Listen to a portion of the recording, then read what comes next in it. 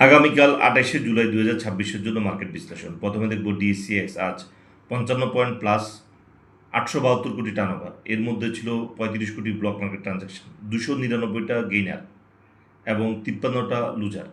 গতকালকের ভিডিওতে বলা হয়েছিল যে আজকের মার্কেট নেগেটিভ থাকতে পারে এবং এটাও বলা হয়েছিল যে দুইটা ব্লুচিপ শেয়ার দিয়ে মার্কেটকে পজিটিভ রাখা সম্ভব। তো আজকের মার্কেট প্রথম থেকেই ব্লুচিপ শেয়ার দিয়ে মার্কেটটাকে পজিটিভ রাখার চেষ্টা করা হয়েছে এবং আজকে শেষ পর্যন্ত মার্কেট ৫৫ পয়েন্ট প্লাস ছিল।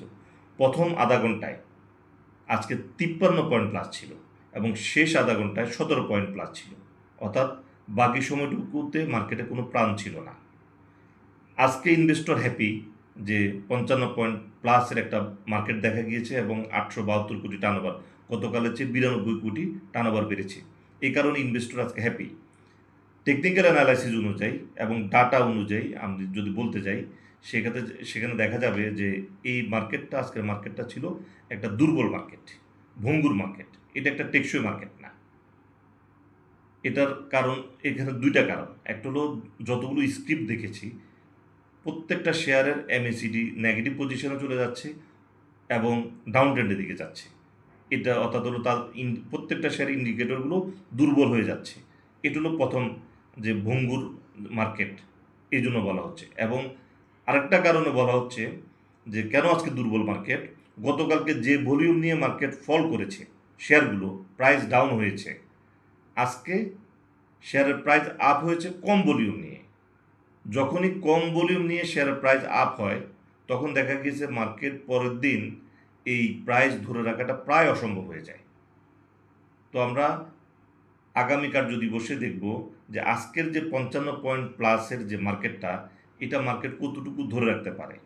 এবং টেকনিক্যাল অ্যানালাইসিস অনুযায়ী এবং ইতিপূর্বে আমরা যতগুলো অ্যানালাইসিস করেছি তাতে দেখা গিয়েছে যখনই কম ভলিউম নিয়ে শেয়ারগুলোর দাম বাড়ে তখন পরদিন এই শেয়ারগুলোর প্রাইস ধরে রাখা প্রায় অসম্ভব হয়ে যায়। তো এখানে এটা বলা হচ্ছে এই কারণে মার্কেটটা হাই রিস্ক পজিশানে।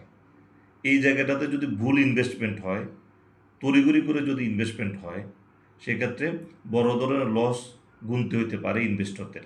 যার কারণে এখানে দেখে শুনে বাই করা উচিত।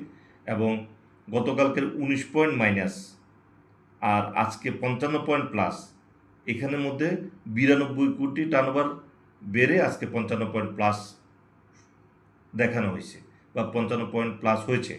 এই জায়গাটাতে একটু মার্কেটের যে আজকের যে টার্নওভার, যেটা হলো যে ৫৫ পয়েন্ট প্লাস অনুযায়ী যে টার্নওভারটা, এখানে আরও বেশি টার্নওভার হওয়া উচিত ছিল, অর্থাৎ টার্নওভারটা যে কাঙ্ক্ষিত পর্যায়ে আসে নাই। ৮৭২ কোটি টার্নওভার ৫৫ পয়েন্ট অনুযায়ী খুব একটা ভালো টার্নওভার না।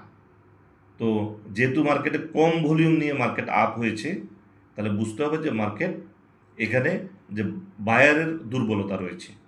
তো আমরা দেখব আগামী কার্যদিবসে যে এটা কতটুকু কার্যকরী, যে ৫৫ পয়েন্ট প্লাস আজকের এবং আগামীকাল এটা ধরে রাখতে পারে কিনা।